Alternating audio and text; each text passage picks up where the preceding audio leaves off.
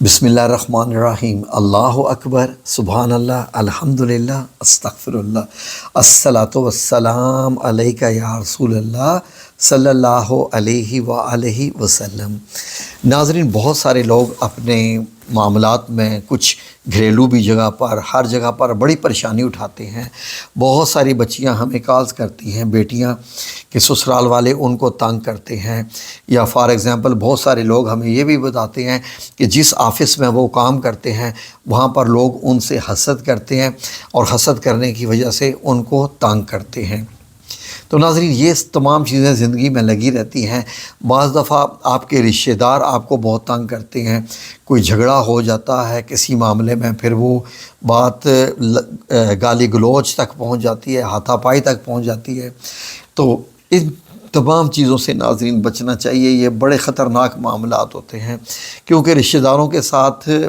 جو ہے وہ حسن سلوک کا بھی حکم ہے، بہن بھائیوں کے ساتھ حسن سلوک کا حکم ہے، اور آپ کو معلوم ہے کہ اسپیشلی غریب رشتہ داروں کے ساتھ تو صلہ رحمی کرنے کا حکم ہے باقاعدہ۔ آپ جتنی صلہ رحمی کریں گے اللہ رب العزت آپ کو اتنا ہی اجر عظیم عطا فرماتا ہے۔ جبکہ صلہ رحمی کا تو یہاں تک معاملہ ہے کہ اگر کسی بندے کو کینسر جیسی بیماری ہو جائے اور ڈاکٹر بھی کہہ دے کہ ہم تمہیں جواب دیتے ہیں، ہمارے پاس کا کوئی علاج نہیں ہے، تو صلہ رحمی ایک ایسا عمل ہے باقاعدہ، میں آپ کو کہہ رہا ہوں کہ یہ عمل ہے، عمل ایک وظیفہ ہے، ایک طریقہ ہے کہ اگر آپ صلہ رحمی کریں گے، غریب رشتہ داروں کی مدد کریں گے، تو آپ کا کینسر ٹھیک ہونا شروع ہو جائے گا۔ اور یہ سنی سنائی بات نہیں، میں آپ کی خدمت میں بتا رہا، یہ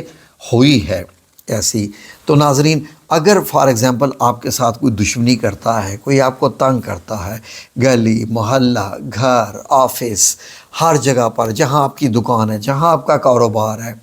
لوگ آ کے تنگ کرتے ہیں، غنڈے آ کے تنگ کرتے ہیں، یہ سارے معاملات چلتے رہتے ہیں،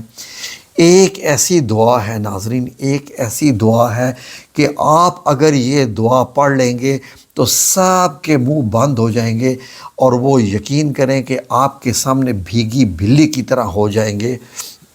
کیونکہ یہ دعا بتائی ہوئی ہے اللہ رب العزت کی۔ کہاں بتائی ہوئی ہے؟ اس کائنات کی سب سے بڑے معجزے قرآن الکریم میں بتائی ہوئی ہے۔ تو یہ دعا ایسی ہے ناظرین کہ اللہ رب العزت نے فرمایا کہ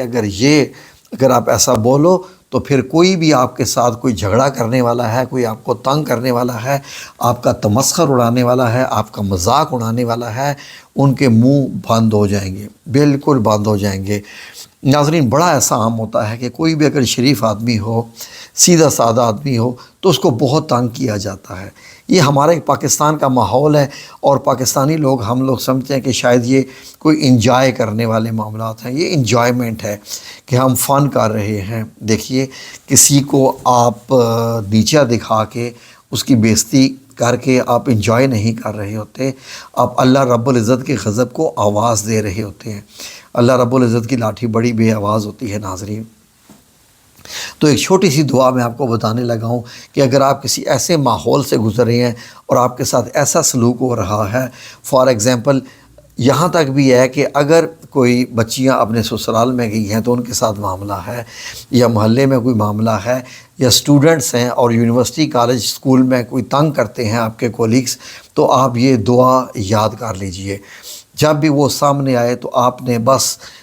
جو ہے وہ بسم اللہ الرحمن الرحیم پڑھ کے یہ دعا ایک دفعہ پڑھ کے وہاں سے ہٹ جائیں، یہ دعا پڑھ کے ہٹ جائیں، اور اگلوں کے منہ کھلے کے کھلے رہ جائیں گے کہ یہ کیا ہو گیا،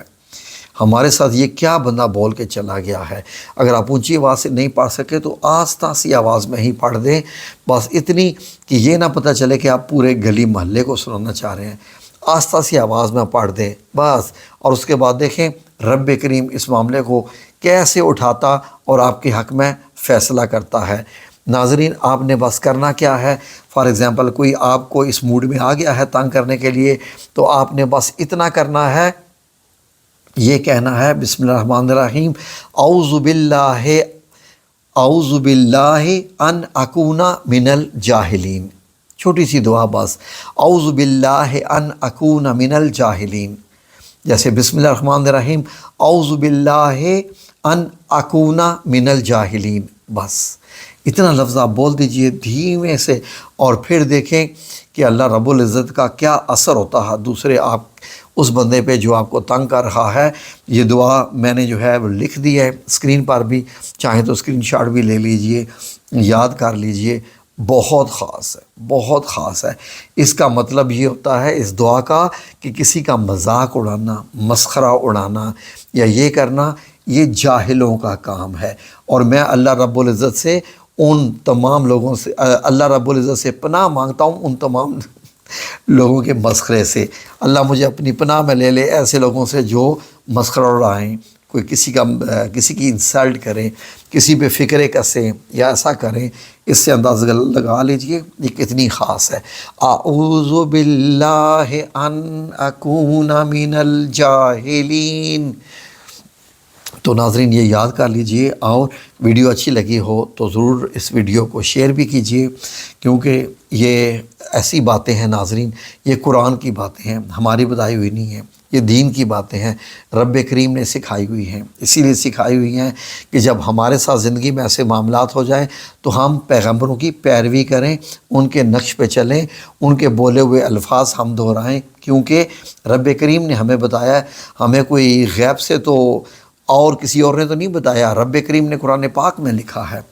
تو یہ کسی جنات کا بنایا ہوا کلام نہیں ہے، یہ کسی جادو کے ذریعے بنایا ہوا کلام نہیں، یہ رب کریم کا ہے ناظرین۔ اور یہ واقعہ کب پیش آیا تھا کہ جب حضرت موسیٰ علیہ السلام کی بات چل رہی تھی بنی اسرائیل والوں سے، اور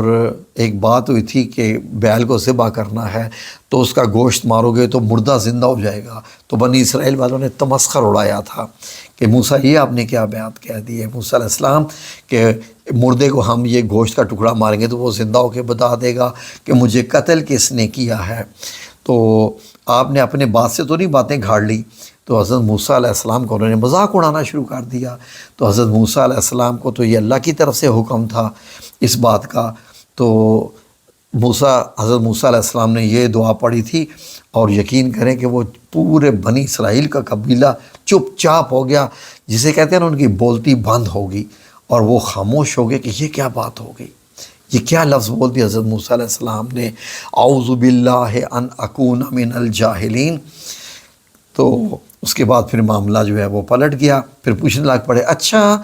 کیسا بیل ہو، وہ کس طرح کا بیل ہو، وہ آپ بتاؤ نا جس کا ہم نے گوشت کا ٹکڑا مارنا ہے، اس مردے کو جو گوشت کا ٹکڑا مارنا ہے۔ تو پھر آگے اپنے راہ راست کے اوپر۔ تو آپ یاد کر لیجئے انشاءاللہ، اور اللہ رب العزت آپ کو بھی اپنی حفظ و امان میں رکھے گا انشاءاللہ۔ آمین یا رب العالمین برحمتک یا ارحم الراحمین۔